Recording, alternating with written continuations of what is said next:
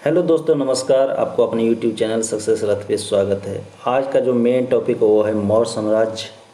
इसमें main topic note किया हूँ जो कि एग्ज़ाम के व्यू से इम्पोर्टेंट है। तो पहले मौर्य साम्राज्य का परिचय देख लेते हैं। परिचय: सिकंदर की मृत्यु के पश्चात चंद्रगुप्त मौर्य ने कौटिल्य की सहायता से एक बड़ी सेना तैयार किया तथा विजय अभियान पर चल दिया। तो जो चंद्रगुप्त मौर्य का जो काल है वो काल प्रथम जैन साहित्य के अनुसार 322 से 185 BC यानी 322 से 185 ईसा पूर्व माना गया है। जो चंद्रगुप्त मौर्य का काल है वो जैन साहित्य के अनुसार। यही बौद्ध साहित्य के अनुसार अगर इनका जो काल देखा जाए चंद्रगुप्त मौर्य का, वो 324 से 187 BC, मतलब 324 ईसा पूर्व से 187 ईसा पूर्व। अगर चंद्रगुप्त मौर्य का जो जन्म है 345 ईसा पूर्व, मतलब 345 BC। इनको अन्य नाम से जाना जाता है। चंद्रगुप्त मौर्य को जो अन्य नाम से जाना जाता है वो क्या नाम है? वो है सेंड्रोकोटस, मुक्तिदाता, एंड्रोकोटस और सकारी। और क्या है? सकारी। अगला पॉइंट क्या है? चंद्रगुप्त मौर्य ने मगध के अंतिम नंद शासक घनानंद को हराकर 322 BC में मगध पर मौर्य वंश की स्थापना किया।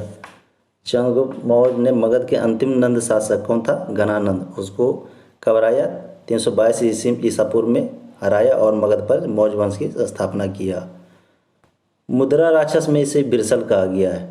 ये जो घटना घटा चंद्रगुप्त मौर्य ने जब मगध के अंतिम राजा नंदवंश के था घनानंद, तो इसको 322 ईसा पूर्व में हराया और मगध पर मौर्य वंश की स्थापना किया। इसको मुद्रा राक्षस जो पुस्तक है उसमें इसे बिरसल कहा गया। अगला पॉइंट क्या है? चाणक्य को विष्णुगुप्त तथा कौटिल्य के नाम से भी जाना जाता है। चाणक्य को विष्णुगुप्त तथा कौटिल्य के नाम से भी जाना जाता है, जो चंद्रगुप्त के प्रधानमंत्री तथा गुरु भी थे। जो अगला पॉइंट क्या है? ब्राह्मण साहित्य चंद्रगुप्त मौर्य को शूद्र मानते हैं। जो ब्राह्मण साहित्य है वो चंद्रगुप्त मौर्य को शूद्र मानते हैं, जबकि जैन तथा बौद्ध ग्रंथ इसे मौर्य कुल के क्षत्रिय मानते हैं। मतलब ब्राह्मण जो साहित्य वो चंद्रगुप्त को शूद्र मानते हैं, जबकि जैन धर्म और बौद्ध धर्म मौर्य कुल के क्षत्रिय मानते हैं। चंद्रगुप्त मौर्य ने यूनानी क्षत्रप सेल्यूकस निकेटर को 305 ईसा पूर्व में हराया है, मतलब 305 BC में हराया। चंद्रगुप्त मौर्य ने यूनानी क्षत्रप सेल्यूकस निकेटर को 305 BC में हराया है। दोनों पक्षों में जब संधि हुआ था लड़ाई के बाद में, तो सेल्यूकस ने क्या किया? ये 4 क्षेत्र जो है काबुल, कंधार, मकराना और हेरात बलूचिस्तान के क्षेत्र जो है चंद्रगुप्त को सौंप दिया तथा अपनी बेटी कार्नेलिया, जिनको हेलेना भी बोला जाता है, जो सेल्यूकस निकेटर की बेटी कौन थी? कार्नेलिया, जिनको हेलेना भी बोला जाता है, का विवाह चंद्रगुप्त के साथ कर दिया। अगला पॉइंट क्या है? चंद्रगुप्त ने अपने ससुर सेल्यूकस को उपहार स्वरूप 500 हाथी भेंट किया। जब सेल्यूकस इतने क्षेत्र दिए, काबुल दिए, कंधार दिए, मकराना, हेरात और बलूचिस्तान दिया, साथ में अपना बेटी कार्नेलिया चंद्रगुप्त के साथ में विवाह करा दिया, तो इसके उपहार के रूप में चंद्रगुप्त मौर्य ने अपने ससुर जो सेल्यूकस निकेटर थे उसको 500 हाथी भेंट में दिया। अगला पॉइंट, सेल्यूकस निकेटर ने मेगास्थनीज को राजदूत बनाकर मौर्य दरबार में भेजा। जो सेल्यूकस निकेटर थे वो मेगास्थनीज को राजदूत बनाकर मौर्य दरबार में भेजा। अगला पॉइंट क्या है? मेगास्थनीज ने मौर्य दरबार में रहते हुए, मेगास्थनीज जो कि सेल्यूकस निकेटर का राजदूत था, मौर्य दरबार में रहते हुए इंडिका नामक पुस्तक की रचना की, जिससे मौर्य साम्राज्य पर प्रकाश पड़ता है। मतलब मौर्य साम्राज्य के बारे में वर्णन किया है मेगास्थनीज जो है अपनी पुस्तक इंडिका में, पूरे मौर्य साम्राज्य के बारे में उसमें लिखा है, वर्णन किया है। अगला पॉइंट क्या है? चंद्रगुप्त ने जैन मुनि भद्रबाहु से चंद्रगिरी पहाड़ी पर जैन धर्म की दीक्षा ली। चंद्रगुप्त ने किनसे दीक्षा ली? जैन मुनि भद्रबाहु से। कहाँ पे? किस पहाड़ी पे? तो ये चंद्रगिरी पहाड़ी पर जैन धर्म की दीक्षा ली।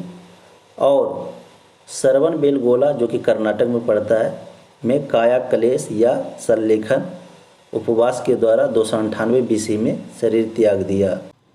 अगला पॉइंट, चंद्रगुप्त मौर्य के प्रांतपति पुष्यगुप्त वैश्य ने गुजरात के सौराष्ट्र में गिरनार पर्वत पर सुदर्शन झील का निर्माण करवाया। चंद्रगुप्त मौर्य के प्रांतपति पुष्यगुप्त वैश्य ने गुजरात के सौराष्ट्र क्षेत्र में गिरनार पर्वत पर सुदर्शन झील का निर्माण करवाया। अगला पॉइंट क्या है? चंद्रगुप्त मौर्य के लिए यूनानियों द्वारा सेंड्रोकोटस शब्द का प्रयोग किया गया है। सर्वप्रथम विलियम जोन्स ने इसकी पहचान चंद्रगुप्त मौर्य के रूप में की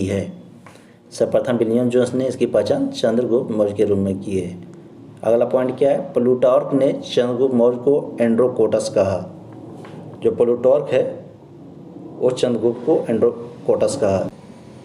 अब अगला पॉइंट क्या है? बिंदुसार, जो चंद्रगुप्त मौर्य का पुत्र है बिंदुसार।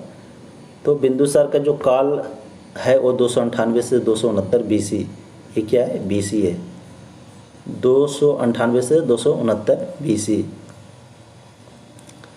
अपने पिता चंद्रगुप्त मौर्य के मृत्यु के पश्चात 298 BC में यह मगध का राजा बना।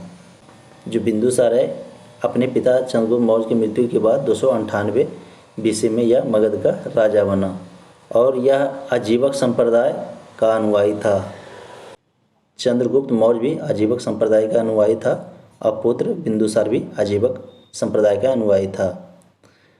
अगला पॉइंट क्या है? वायु पुराण में भद्रसार तथा जैन ग्रंथों में इसे सिंहसेन कहा गया। मतलब वायु पुराण में जो बिंदुसार का नाम है वो भद्रसार कहा गया तथा जैन ग्रंथों में इसे सिंहसेन कहा गया है। अगला पॉइंट क्या है? यूनानी लेखकों ने इसे अमित्रोचेटस मतलब अमित्रघात यानी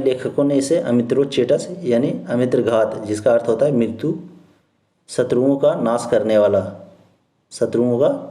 वाला कहा जाता है। बिंदुसार के पिता का नाम क्या है? चंद्रगुप्त। इनका उपनाम क्या है? बिंदुसार का उपनाम अमित्रघात, अमित्रोचेटस, भद्रसार और सिंहसेन। ये अनुयायी थे आजीवक संप्रदाय का। इनका राज्यारोहण हुआ था वो 298 ईसा पूर्व 298 BC और मृत्यु कब हुआ? 269 ईसा पूर्व। स्ट्रैबो के अनुसार सीरिया के शासक एंटियोकस ने बिंदुसार के दरबार में डायमेकस को अपने दूत के रूप में भेजा था।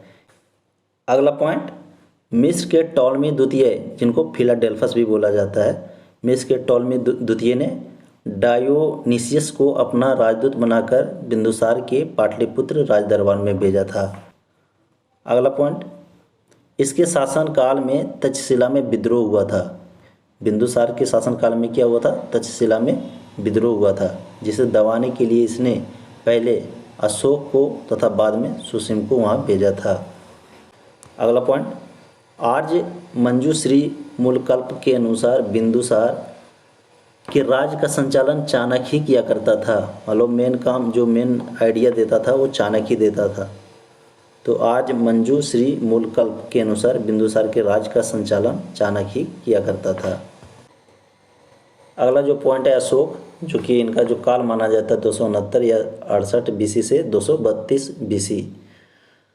अगला पॉइंट क्या है? बिंदुसार की मृत्यु के उपरांत 269 BC में उसका बेटा एवं उत्तराधिकारी अशोक मौर्य साम्राज्य के सिंहासन पर बैठा है।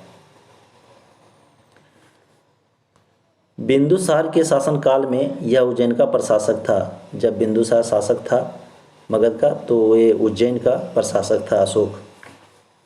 अगला पॉइंट, सिंहली अनुश्रुति के अनुसार अशोक ने अपने 99 भाइयों की हत्या करके सिंहासन प्राप्त किया।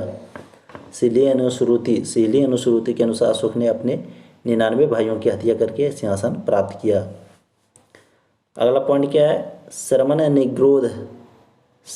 निग्रोध के वचन सुनकर अशोक बौद्ध धर्म की ओर आकृष्ट हुआ तथा उपगुप्त ने उसे बौद्ध धर्म में दीक्षित किया। तो अशोक का जो बौद्ध धर्म का जो गुरु हुआ वो कौन है? उपगुप्त। अगला पॉइंट क्या है? अशोक ने एक शिलालेख में स्वयं को बुद्ध साकी कहा। अशोक ने एक शिलालेख में स्वयं को बुद्ध साकी कहा है। अगला पॉइंट, अशोक ने कश्मीर में श्रीनगर तथा नेपाल में ललितपतन नामक नगर बसाया। नेक्स्ट पॉइंट, अशोक ने गया के बराबर की पहाड़ियों में गया कि बराबर की पहाड़ियों में 4 गुफाओं का निर्माण कराकर आजीवक संप्रदाय के भिक्षुओं को दान में दिया। अगला पॉइंट क्या है, एक अनुश्रुति के अनुसार अशोक ने 84,000 स्तूपों का निर्माण किया। अगला पॉइंट, पुराणों में अशोक को अशोकवर्धन कहा गया है। पुराणों में अशोक को अशोकवर्धन कहा गया है। अगला पॉइंट क्या है, राज्याभिषेक के 8वें वर्ष अर्थात 261 BC, राज्याभिषेक अशोक के राज्याभिषेक के 8वें वर्ष यानी कि 261 ईसा पूर्व में अशोक ने कलिंग पर आक्रमण कर दिया। अशोक 261 ईसा पूर्व में क्या हुआ, कलिंग पर आक्रमण कर दिया था। अगला पॉइंट, कलिंग के युद्ध में लगभग 1 लाख व्यक्ति मारे गए थे। कलिंग के युद्ध में लगभग 1 लाख व्यक्ति मारे गए थे और 1.5 लाख व्यक्ति बंदी बना लिए गए थे। अगला पॉइंट क्या है, इस व्यापक नरसंहार ने अशोक को विचलित कर दिया और उसने शस्त्र त्याग की घोषणा कर दी तथा धर्म मार्ग को अपना लिया। क्योंकि कलिंग के युद्ध में बहुत सारे निर्दोष लोग मारे गए थे, महिला पुरुष बच्चे जो भी थे मानो सब बुरी तरह से मारा गया था। तो वो जो युद्ध था वो अशोक को विचलित कर दिया और उसने मतलब सच को त्यागने पर मजबूर हो गया था और उसने क्या किया, धर्म मार्ग को अपना लिया। अगला पॉइंट, अशोक ने मनुष्य की नैतिक उन्नति हेतु जिन आदर्शों का प्रतिपादन किया उन्हें धम्म कहा गया है। अशोक ने मनुष्य की नैतिक उन्नति हेतु जिन आदर्शों का प्रतिपादन किया उन्हें धम्म कहा गया है। अगला पॉइंट क्या है, अशोक ने बिहार यात्रा पशुओं के शिकार, अशोक ने बिहार यात्रा पशुओं के शिकार के स्थान पर धम्म यात्रा यानी धार्मिक यात्रा की प्रथा शुरू की। ब्राह्मणों तथा स्थावीरों का दर्शन करना इस धम्म यात्रा का मुख्य उद्देश्य था। जो धम्म यात्रा अशोक ने शुरू किया था उसका मुख्य उद्देश्य क्या था, ब्राह्मणों तथा स्थावीरों का दर्शन कराना। अगला पॉइंट क्या है, अशोक के शासनकाल में तृतीय बौद्ध संगीति का आयोजन हुआ जिसकी अध्यक्षता मोगली पुत्र तिस ने की। इस संगीति में अभिधाम पिटक नामक बौद्ध ग्रंथ की रचना भी हुई थी। अगला पॉइंट क्या है, बौद्ध धर्म के प्रचार हेतु बौद्ध भिक्षु के रूप में अशोक के पुत्र महेंद्र एवं पुत्री संघमित्रा को श्रीलंका भेजा गया था। बौद्ध धर्म के प्रचार के लिए बौद्ध भिक्षु के रूप में अशोक के पुत्र महेंद्र और पुत्री संघमित्रा को श्रीलंका भेजा गया था। अशोक के समय पाँच प्रांत थे। अशोक के समय कितने प्रांत थे, 5 प्रांत थे। अगला पॉइंट क्या है, अपने राज्याभिषेक के 14वें वर्ष में अशोक ने एक नए अधिकारी पद का सृजन किया जिन्हें धम्म महामात्र कहा गया है। ये अपने राज्याभिषेक के 14वें वर्ष में अशोक ने एक नए आधिकारिक पद का सृजन किया जिन्हें धम्म महामात्र कहा गया है। अगला पॉइंट क्या है, अशोक कालीन राष्ट्रीय भाषा पाली तथा लिपि क्या था, ब्राह्मी। अशोक के समय में जो भाषा था कौन सा था, पाली था और लिपि क्या था, ब्राह्मणी। अगला पॉइंट क्या है, अंतिम और शासक वृद्धरथ था जिसकी हत्या पुष्यमित्र शुंग द्वारा कर दी गई है। अंतिम अगर मौर्य साम्राज्य का जो शासक पूछा जाए तो कौन थे, वृद्धरथ था जिसका हत्या कौन कर दिया था, पुष्यमित्र शुंग कर दिया था। अगला पॉइंट क्या है, अशोक के अभिलेख, इसके अभिलेख चुनार के बलुआ पत्थर के बने होते हैं, चुनार के बलुआ पत्थर के बने होते हैं। अगला पॉइंट क्या है, अशोक भारतीय इतिहास का प्रथम शासक है। अशोक जो है भारतीय इतिहास का प्रथम शासक है जिसने अभिलेखों के माध्यम से अपनी प्रजा के नैतिक एवं भौतिक कल्याण के लिए प्रयास किया।